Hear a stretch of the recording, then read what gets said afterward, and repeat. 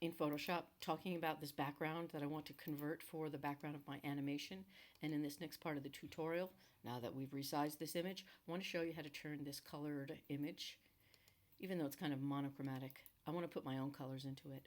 So there's the very basic way of doing image adjustments and using the hue slider to take out all the saturation from the image, and that's essentially the default way of doing it. But it's not necessarily going to give you the most exciting result. So I'm going to click cancel and go back into that same menu, which is adjustments. And instead of choosing the hue saturation choice, I'm going to choose the choice that says black and white. Dun, dun, dun, dun, dun, black and white. Here it is, black and white. And then at the top, we have some presets. And as you start choosing through these presets, blue filter probably won't look good. Darker, green filter, the image that I have here has got a lot of green in it. So when I choose that one for this particular image, it's much more contrasty, exciting, and interesting, and I think will be more fun for my animation as a background. So that's probably the one I'm going to end up with. But there's these different settings, and depending on your taste or what you're wanting to do or say with your content, so you'll choose the one you like, and now click OK, and we're happy. This is the new background that I'll use for my animation, so that one is very simple. I don't want this video to be too short, so the next step I'm going to do here, once you've got your images in black and white, is show you how to do an overall colorization of this, and then how to put some of your own color in it. So I'm just going to pause for a second. All right, so now the color is removed from the image. It's gone. If you wanted to get it back again, you would have to go back in history or multiple undos to get it back. However, I want to tone the image. There's a million ways to do these things, but this is a way that I find fun for people and interesting to know about, especially if you're going to teach. So we're going to go image this time, and again adjustments, and again hue saturation. And you may be wondering, what kind of hue am I going to get out of this if there's no color in it? Well, there's a button over here on the right of the panel, and it says colorize. And this is the way you tint or tone an image. So if you click it, it's going to throw some tone in there. It looks very close to the tone I had in there, but that's just, I think, lucky.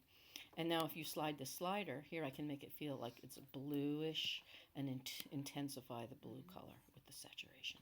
So this is toning, colorizing, or what you might consider in typical photography darkroom, this would be like a cyanotype, right? If you want it to be sepia tone, then you might want it more in the brown ranges.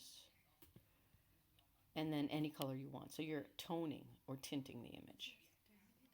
And we're doing the overall, complete overall image here. So you're gonna gotta click the colorize button. And once you have it, that's the colorizing I'm gonna do to start this image out. I'll pause again. Recording again and talk a little bit about that same concept, but instead we're going to do it with a brush. So here I've chosen a brush. Currently the color on my brush is yellow, and I want to change that color to a different color, such as whatever color. I picked purple here. Maybe I should pick something more different. So here I'll pick pink. Okay. Then once you have your brush selected and a color selected, don't paint yet. We need to look up here. This is something I wanted to make sure you knew about, and it's called the mode for a paintbrush, similar to the mode for a layer, which we looked at briefly yesterday when we did our planet design thing. But here I'm going to change this mode to the hue mode. So the brush mode is changing. And here it is again. It's from the list. We start at a normal, and it's this one, hue mode.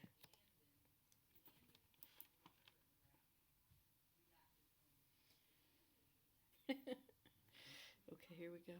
So now I'm going to increase the size of this brush because I think it's too small, and check the opacity, which is at 100.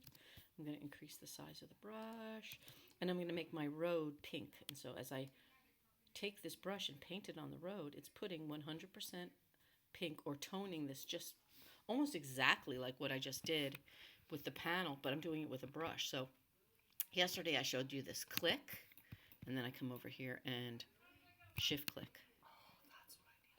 Okay, click. That's going to sound good. Click, shift, shift. So here, now I have the road done. So I'll zoom in. Look, I got sloppy there. I got up on the sidewalk. For the sidewalk, I will make my sidewalk yellow. So there's my yellow color. And again, I'll make my brush smaller to fit and carefully click, shift click, click. So these are straight lines. You might not have straight lines. I'm just reminding you, if you do have straight lines, what you can do to make it easier to paint. Very colorful now. So that is the painting with the hue brush technique. Interesting to mention, and this will be on the tutorial, guys, so if you're not watching, don't worry, is that if you do choose yet another color, and you change the opacity of your brush, here I have it at 100 and I bring it down to, let's say, 50, and maybe even the edge of the brush, make it a softer brush. What will end up happening here is you can blend the color. So here, this is becoming a little more orange here, and then again, if the brush is on 0 hardness and a lower opacity, here I'm blending the color so it's not so intensely pink. And maybe even the road up here, or the sidewalk, I maybe don't want that so pink.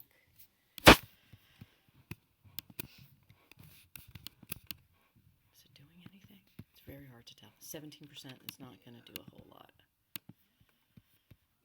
Click, shift click. So now it's just not as bright. And I even sort of slop that up into the stone area here. And this looking messy but good. Command Z. And click, shift click, click, shift click. Okay. And again, if I make the brush larger, I could just kind of soften some of this color back here. Because I'm on this 43% and I'm mixing orange into the blue, it just makes the whole thing look a little bit more moody. It's the way to Candyland. Lesson in color theory there with complementary colors. Absolutely. Which reminds me, I have to show you another resource. But for now, this part of the video is done, so I'm going to stop.